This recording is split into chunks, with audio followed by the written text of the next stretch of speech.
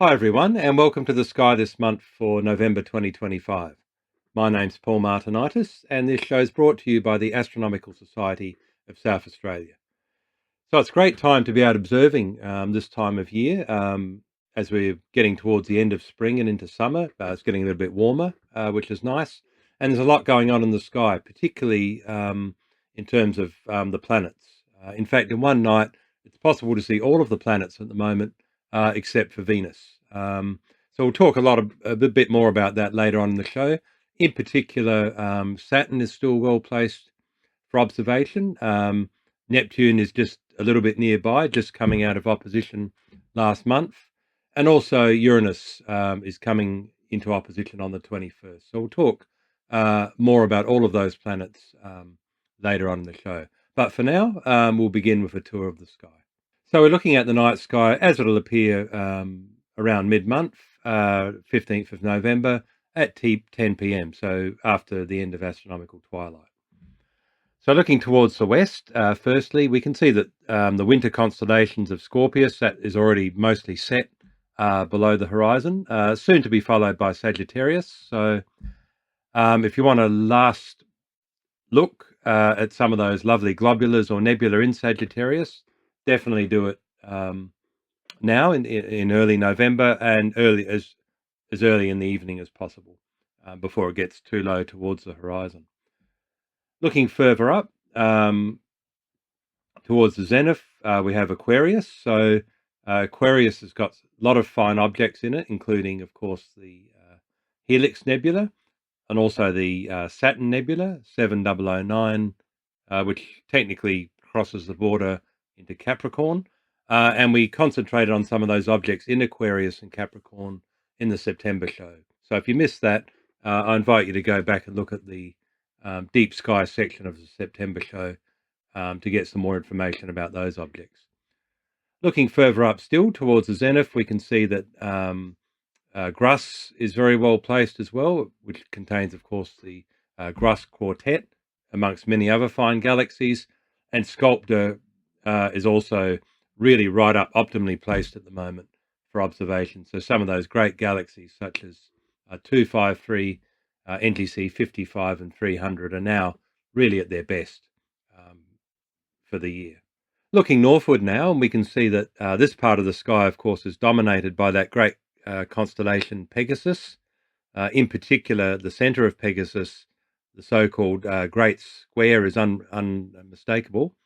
And so we're going to be talking about this region of the sky in our constellation of the month, which is kind of going to be Pegasus, Andromeda, and Triangulum.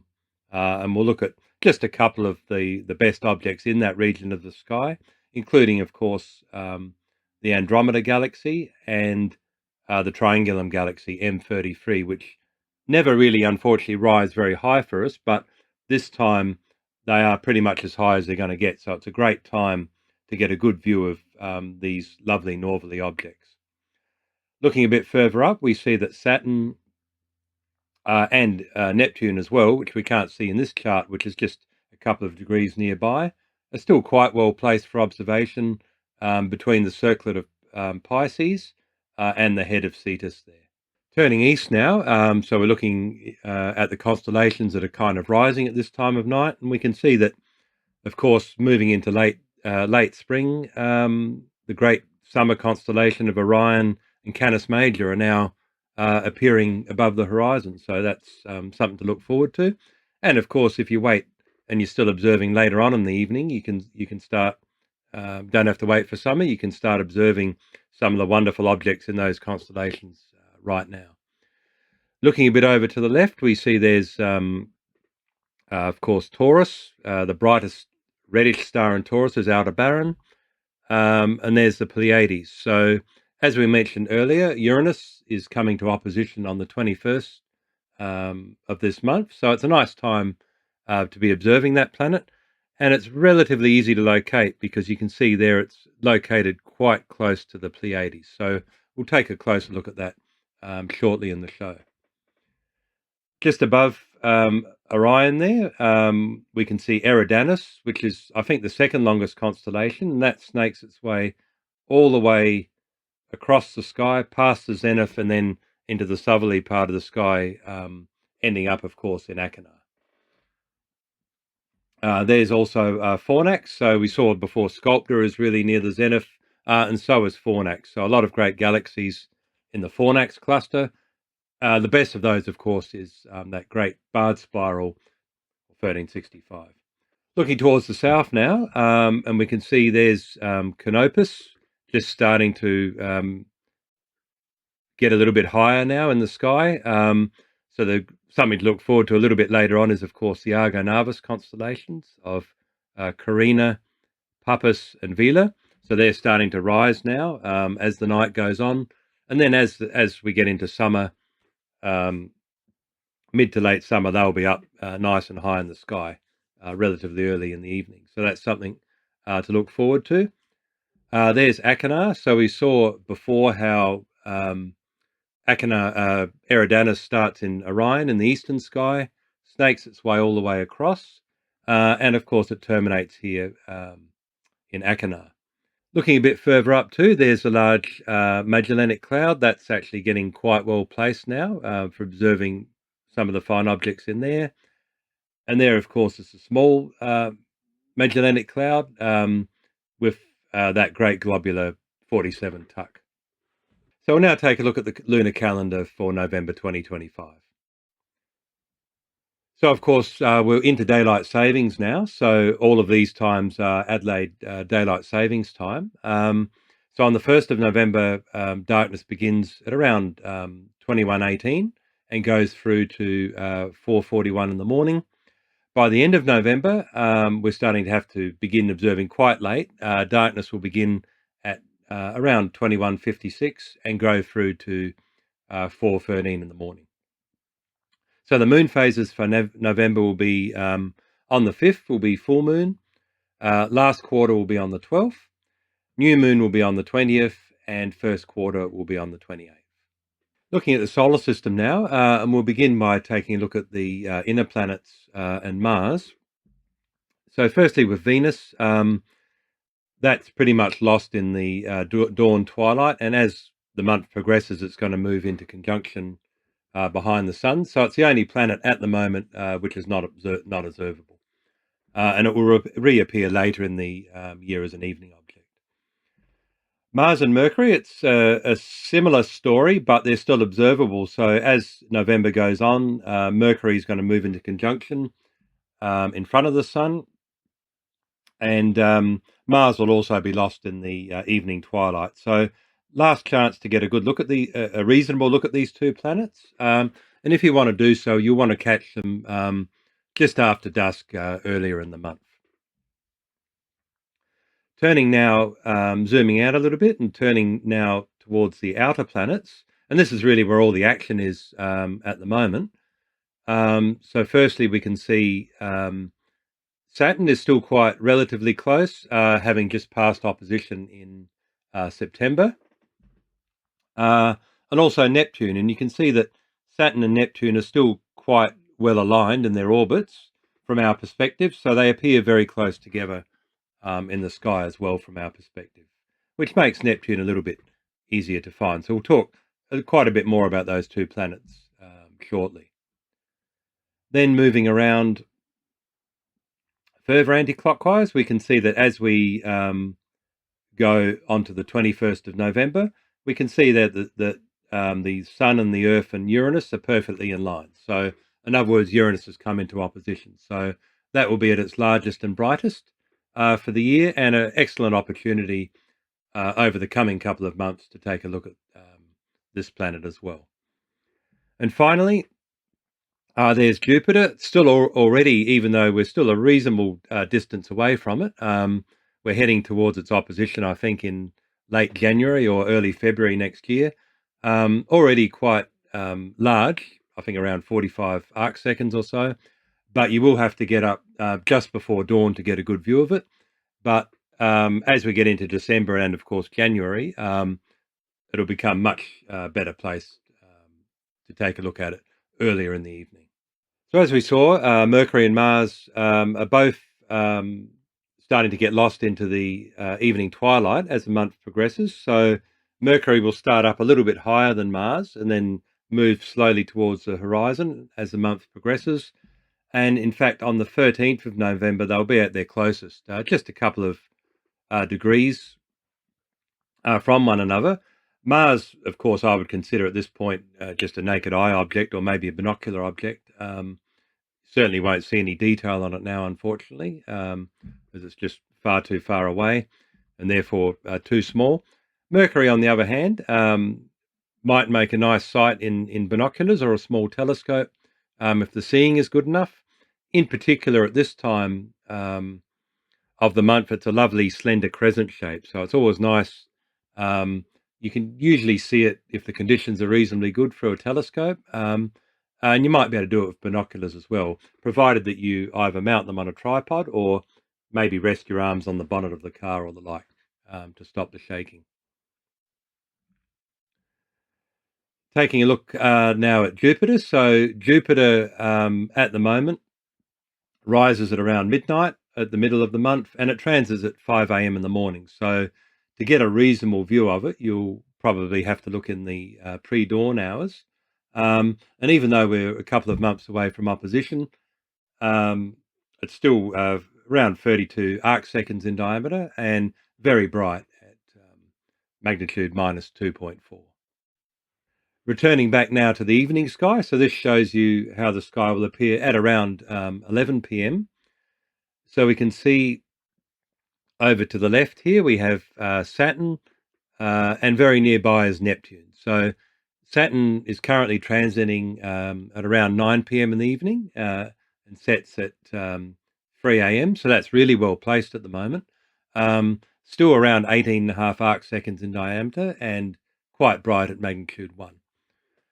Neptune's just a little bit nearby, just having been in opposition, I think, in September as well. And that's currently transiting just a little bit later than Saturn, and it just sets a little bit later as well. So that's currently 2.3 arc seconds in diameter and around magnitude 7.8. And then moving across to the northeast, we can see there's Taurus, there's Aldebaran, and the Pleiades there. And if you sort of draw a triangle between Aldebaran and the Pleiades, it's sort of a flattened triangle. And at the tip of that triangle, in this sort of region here, you'll find Uranus. And that comes to opposition on the 21st. So that's currently transiting at around 1 a.m. in the morning. Quite a bit larger than Neptune at 3.8 arc seconds and magnitude 5.6. So technically under a nice dark sky, if you knew exactly where to look, you could actually see that with your naked eye. But certainly with binoculars, when you look in the right region, it should be quite easy to sweep up. So we'll just take a look at some of those planets now. So here's Saturn. Of course, the rings are still very much edge on. So as the moons move around Saturn, they'll tend to sort of line up pretty much in a straight line because we're looking along that orbital plane. And just like September, I've just included this table again, just to give you an idea of. So I've sorted the moons of Saturn in order of closeness to the planet in maximum elongation. So I give the maximum elongation in arc seconds or arc minutes, as well as Saturn diameters, just so you can estimate how far away the moon could get. So and I've also listed the magnitudes here, so you can sort of help you identify the moons by their relative brightness and also how close they might be to Saturn. So you can see here, this depicts the situation on the 15th of November at 11 p.m. So Enceladus is one of the closer moons, so it never strays more than about 2 Saturn diameters, so it would never go further than, say, here. And it's also relatively bright at 11.8. I assume Mimas at the moment has probably gone behind Saturn at the moment. That's why it's not visible at this point. You can see there Tethys and Dione are even brighter at magnitude 10, and they can stray a little bit further away still. So they're actually probably near their maximum elongation. There's Rhea, which is the second brightest of all the moons at magnitude 9.6, and there's Titan. So Titan's always easy to pick out, of course, because it has that lovely orangey colour, and it's very bright at 8.4. Just be aware of these elongations. That is maximum elongation. So you can see in this example, Titan is actually very close. Normally, it's considerably further out for a lot of its orbit, but at the moment, it appears closer than Rhea, um, only because that's the part of the orbit where it's coming in near Saturn. But of course, it can potentially go much further out. So these elongations are just a guideline. And just to show you that point, you can see there these two moons here, Hyperion and Iphitus. They're by far the hardest of the brighter moons of Saturn to observe, mainly because for Hyperion's case, it's very dim at around 14.4, roughly the brightness of Pluto, and also quite far away. And Iphitus is magnitude 11, so it's not terribly dim, but it can stray up to 9 arc minutes away from Saturn. So that's 30 Saturn diameters away. So to hunt for both of those moons, you'd probably need to use an app like Sky Safari or the like, just so that you can actually tell whether you're looking at a moon or a star. And you can see here on this slide, this is the same situation. So you can see we've now zoomed out. This is much more the scale that you could perhaps expect to see under high magnification through a telescope eyepiece. And you can see at this point, Hyperion is right over here. And then Iphitus, even though it's still relatively bright at magnitude 11, is way over to the left there, likely out of the field of view of the eyepiece. So having just taken a look at Saturn, this shows you right at the centre of these Telrad recticle. That shows the position of Neptune at the moment. So it's only about, this outer circle represents 4 degrees. So it's about probably 4 to 5 degrees away from Saturn. So if you've got setting circles like an Argo Navis or some other electronic system, you can of course probably punch in the location of Neptune. But at the moment, it shouldn't be too hard to star hop to either. So if you start at Saturn, you've got these relatively bright stars. I think they're about magnitude 5 or 6, such as 20 Pisces and 27 and 29 Pisces. And it's quite a defined pattern. So if you start at Saturn, you should be able to hop across using your finder scope. And you might even be able to dead reckon it with your Telrad if you've got a nice dark sky.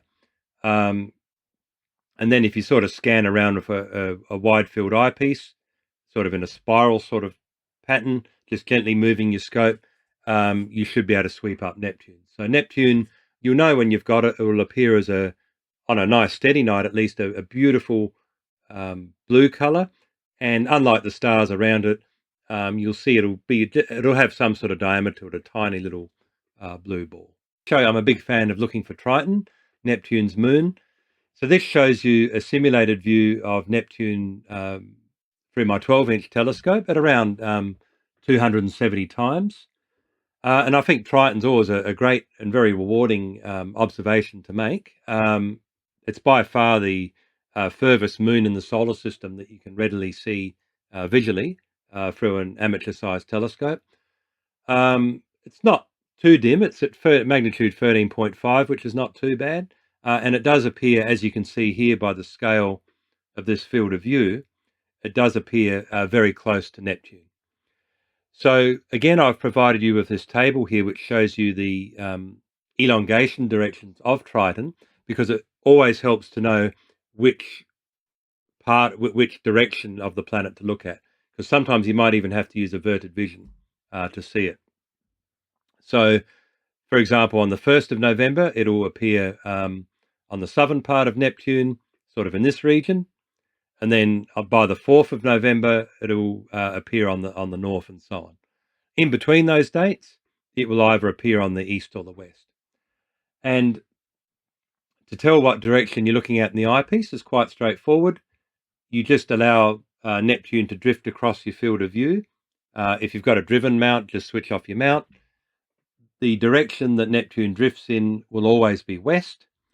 And then if you're looking through, say, a reflector or like a Newtonian telescope, north will be 90 degrees anti-clockwise to the drift direction. If you're looking for a Schmidt-Cassegrain or a refractor using a star diagonal, well then north will be 90 degrees clockwise. So if this is a drift direction, north would be 90 degrees that way. Finally, now we'll take a look at Uranus. So that's coming to opposition on the 21st of November. Certainly quite easy to identify the region of sky it's in, because there's Taurus, there's that beautiful red star Aldebaran, and right over here is the Pleiades. So it's actually about 5 degrees away from the Pleiades. So I guess if you started your Telrad on the Pleiades, and if we draw a line between the Pleiades and there's Gamma, Taurus there, if you go about a third of the way along the line, you should pretty much be in the vicinity of Uranus. And you can also try to star hop to it as well using your finder. So its magnitude at the moment is about 5.6, so technically a naked eye object. But if you sweep gently in that direction away from the Pleiades, you should also be able to pick it up in your binoculars quite easily. So just like the other planets, Uranus has quite a few moons. So this shows you a simulated view through the 12-inch using the same magnification as you saw before there for Neptune, around 270 times. So Uranus will appear a little bit bigger than Neptune does, and I usually find it has a whitish, possibly a very light green color to it. And very close to Uranus, you might also see its moons. So I've just provided a table here giving you some data for the four brightest moons, Ariel, Umbriel, Titania, and Oberon. So you can see in comparison to, say, Saturn's moons, they're relatively dim. Titania, there's about the same brightness as Triton at 13.5, and then they get dimmer at 13.7, all the way to 14.5 for Umbriel. So you may need you need a very dark sky and possibly averted vision to see them. And also another thing to note is their maximum elongations are relatively close. So they always appear at all parts of their orbit relatively close to Uranus. And the other thing, of course, is Uranus is a unique planet because it's tipped on its side, probably due to a massive collision early in the solar system's formation. So because we're at opposition, we're actually facing the pole of Uranus right in the center there. So the moons are actually going to appear to circulate around Uranus in a relatively circular fashion. They're never, at the moment, from our perspective, going to cross the planet or go behind it like they can, for example, with Saturn's moons. So this month, for our deep sky viewing, we're actually going to look at three related or very close constellations. Firstly, of course, there's Pegasus, that beautiful constellation in the northern part of the sky. Key feature, most notable, of course, is the so-called Great Square of Pegasus. Then moving down his hind legs, we move into the constellation of Andromeda, which is containing our first object that we're going to take a look at, the Great Andromeda Galaxy. And then nearby we have the constellation of Triangulum. So our first object, like I said, is going to be the Andromeda Galaxy. So this is our largest neighbor in the local group of galaxies, discovered in ancient times around 964 BC. Relatively close for a galaxy, of course, at 2.5 million light years, and also very bright. It's at magnitude 6.4, but notice that the surface brightness, because it's spread out over such a huge area, in fact, it's about 3 by 1 degrees, that light is actually spread quite thin. So the surface brightness is still quite low, so you need a nice dark sky to see it well. But finding it's absolutely no problem. And because it's such a large object, it's really well suited to looking through binoculars or through a small refractor, some sort of wide field sort of telescope, which will sort of get it in perspective, because it is remember 3 degrees at least in length. So to find the Andromeda Galaxy, I normally start at the bottom right corner of the Great Square of Pegasus, which is Alpha Andromedae, and then you just follow this line of 3 stars down to Beta, and then once you're at Beta, you can then follow, you'll see this sort of line of stars coming out at a right angle, and if you sweep your binoculars along those 3 stars, you'll be able to pick up M31 quite easily. So I'll just zoom in a little bit. And this picture here kind of shows you, if I sort of zoom to that level there, that faint fuzzy oval kind of gives you an impression of what you'll see through your binoculars rather than the photo that we saw before. So you'll see this lovely but sort of twinkling sort of patch of light. And on a really good night, if you've got good seeing and you've got a transparent sky, you can also see a little bit of that dark lane and get some small impression of that spiral structure. And also be sure to take a look at next to the galaxy, because towards the left bottom, you'll see a relatively bright, largish, little elliptical looking galaxy. That's M110, which is a satellite of Andromeda. And up here, you'll see another faint glow fuzzy patch, and that's M32. So M110 and M31 satellite galaxies quite close to Andromeda, much in the same way as our own Milky Way galaxy has the large and small Magellanic Clouds as satellites. So zooming out a little bit now, and our next galaxy is also part of our local group, and that's M33, also the so-called Great Triangulum Galaxy. So to find that, you can either go, I normally identify Triangulum here, which is that triangle of stars. The 2 brightest, Alpha and Beta, I would start at Alpha, and then if you move across in a horizontal direction, sweeping with your binoculars, sort of pretty much on a straight line, you should come across M33. Now this, again, like Andromeda, is a relatively bright galaxy, but notice again, its apparent size is huge. In this case, it's about 1 degree by a little bit over half a degree. So its surface brightness is extremely low at 14.2. So you definitely need dark, transparent skies to see it. So it's a little bit further away than the Andromeda Galaxy, at about 3.2 million light years. And in fact, it's often remarked that this is in the furthest object that you can see with your naked eye. I have seen it with my naked eye from Kangaroo Island.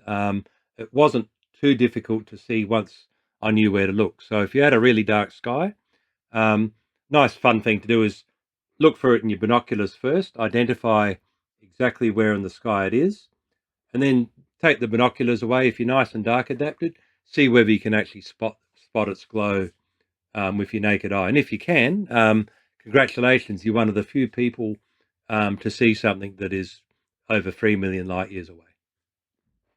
So looking through a telescope through low power, it needs low power because it's such a large galaxy. On a nice transparent night, you can get an impression of its spiral structure. So you can see here in my 12-inch telescope at relatively low magnification of 62 times and a maximum of 115 times. What I saw is a bright fuzzy core, and I could see this arm here, this upper arm sweeping across, and I could also get an impression of this fainter lower arm here. So I can kind of see 2 of the arms, one sweeping across this way and one sweeping underneath that way. And one thing that is often particularly stands out is if you look in this upper arm, you might see this bright sort of glow or enhancement. And that is in fact an emission nebula called NGC 605. So that's a little bit like the Tarantula Nebula in the Large Magellanic Cloud. It's a massive emission nebula. The Tarantula Nebula is often cited as the largest emission nebula that we know of, but my understanding is NGC 604 is potentially larger. So what you're looking at here is probably the largest emission nebula that we know of. And it's amazing when you're looking at that to think that you're not looking at an emission nebula in our own galaxy, like say the Orion Nebula. You're actually looking at that in a quite a relatively distant spiral galaxy. Thanks everyone for joining me on today's show. I hope you enjoyed it and find the information useful, and hopefully you'll get some nice clear skies so you can start to enjoy these warmer nights under and take a look at some of these beautiful objects. And so until the next show, I wish you clear skies and bye for now.